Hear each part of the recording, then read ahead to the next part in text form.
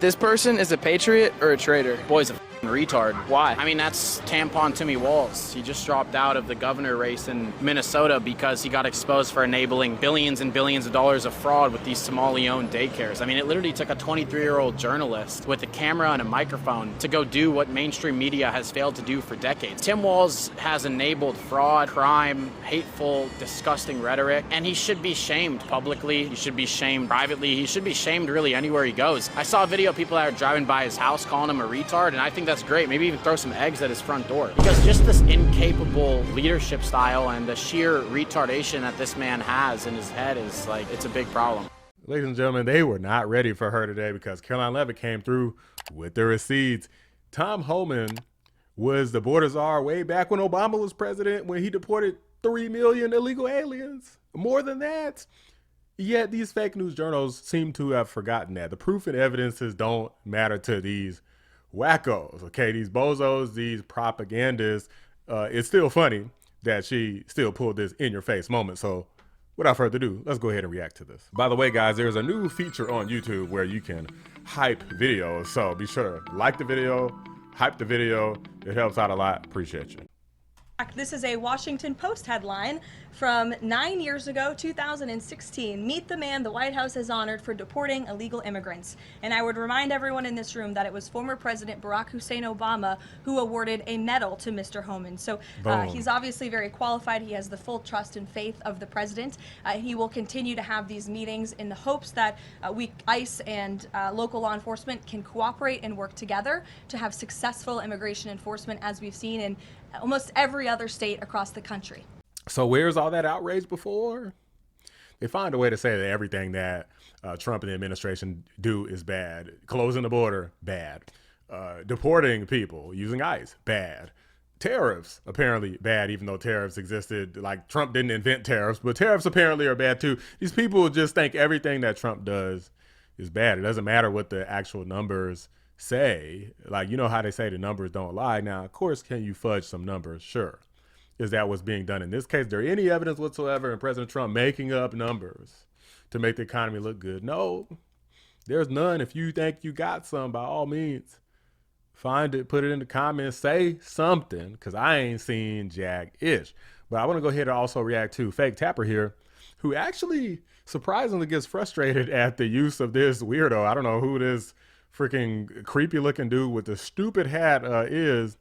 But obviously it's a leftist because you can just tell by the colors and the stupid look on his face, you know, the beta male energy that this guy gives off.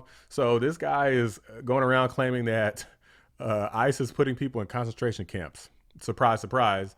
Let's go ahead and react to this. Jake Tapper actually does not back this guy, to my surprise. Why was it important for you and your wife to close your bookstore today? Well, Jake, we can't do business as usual right now anyway, because our city has been invaded by masked gunmen kidnapping family members and friends and neighbors of ours to send them to concentration camps. Additionally, there's a lot of businesses in our area that have staff or customers or owners who are afraid to come to work, afraid to come in and shop. People are closing down today, and we felt like it wouldn't be kind or fair for us to stay open. So we're closing in solidarity to help send a message. Just one note. I'm not here to defend ICE, but I'm not a big fan of people using the term concentration camp to describe detention camps. That has a very specific meaning in terms of. They take people to. I understand that, but they take people to Fort Snelling here, which literally was built as a concentration camp, and Alligator Alcatraz, which I think we can all agree is a concentration camp. I'm not saying they're Dachau. I'm not saying they're putting people in ovens yet, but these are concentration camps. Okay. I don't need to argue with you about that. Yeah, that's fine. Even Jake Tapper's like, yo, this. I'm glad they brought this wacko on, guys. This is one of the reasons you do need people on both sides to show up to places like Fake News CNN, because you need to show what these weirdos look like. This is who we got out here. Oh, they're putting people in camps. Even Fake Tapper couldn't stand it. He's like, yo, this guy is weird. He's weird as hell. And this, we're not putting people in ovens yet. But tomorrow, though, like, go freaking sip on some TDS juice or something, or maybe you need a diet off of, you need to be weaned off of it, you need to go to rehab or something, because this is just bananas. But the last thing here that I want to talk about is how Tampon Tim Walz is under fire for invoking the name of Anne Frank. Okay, we all know who Anne Frank is, or probably do.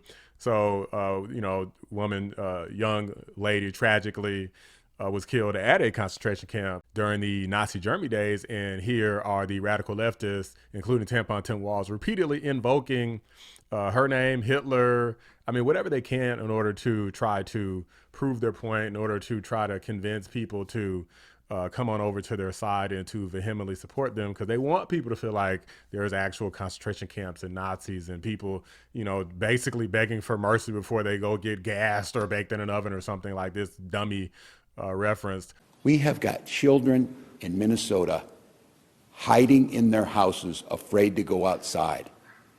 Many of us grew up reading that story of Anne Frank. Somebody's going to write that children's story about Minnesota. And there's one person who can end this now. So Tampon Tim Walz actually got in trouble by the U.S. Holocaust Museum, called him out. Anne Frank was targeted and murdered solely because she was Jewish, which is, there's a very prominent amount of anti-Semitism in the Democrat Party these days, by the way. There's a bunch of pro-Hamas people. They pretty much elected a pro-Hamas mayor of New York. Leaders making false equivalencies to her experience for political purposes is never acceptable. Okay, do not do it. Despite tensions in Minneapolis, exploiting the Holocaust is deeply offensive, especially as anti-Semitism surges. Okay, you got people literally occupying college campuses saying that you're not allowed to go into class if you're a student or a professor. Full stop. Y'all remember it was like upwards of 100 schools this happened to. How quickly they forget, ladies and gentlemen. So yes, even the radical left, and Fake Tapper, I absolutely do consider radical left, are pushing back on some of these narratives because they've just gotten to be out of hand. And I really think that it makes people feel like the Democrat Party is a bunch of cartoon characters. While you will get some diehards out there willing to go out there and die, like these fools that we see interfering with ICE operations and winning Darwin Awards, you also have a lot of people who are more reasonable, who are like Hitler, concentration camp. It sounds a little hyperbolic. It sounds like a bunch of hyperbole and a bunch of nonsense to me, especially to people that, again, are actually trying to vote on real issues like, I don't know, the economy, abortion or something, not caring about whether or not you want to consider an actual police force and liken them to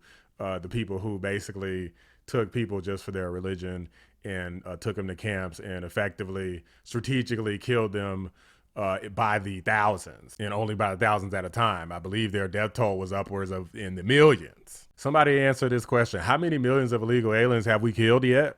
At the pace that they're going, you're probably looking at more U.S. citizens killed defending illegal aliens than the actual illegal aliens themselves being harmed during enforcement operations. But these are just my thoughts, guys. Let me know what you guys think. Drop a like on the video. Subscribe to the channel if you're new. I appreciate you guys watching. I'm out. Big shout out to my members, Cybernoodle, 655, Bella Scott, and Carpentier John. Could not do it without you. But I know for a fact Alex Pretty had no business where he was in that moment. I know for a fact that he did resist arrest. And if you are carrying lawfully, the moment you resist arrest, you are now carrying unlawfully, to the point that in the state of Minnesota, your carry permit is revoked in that moment.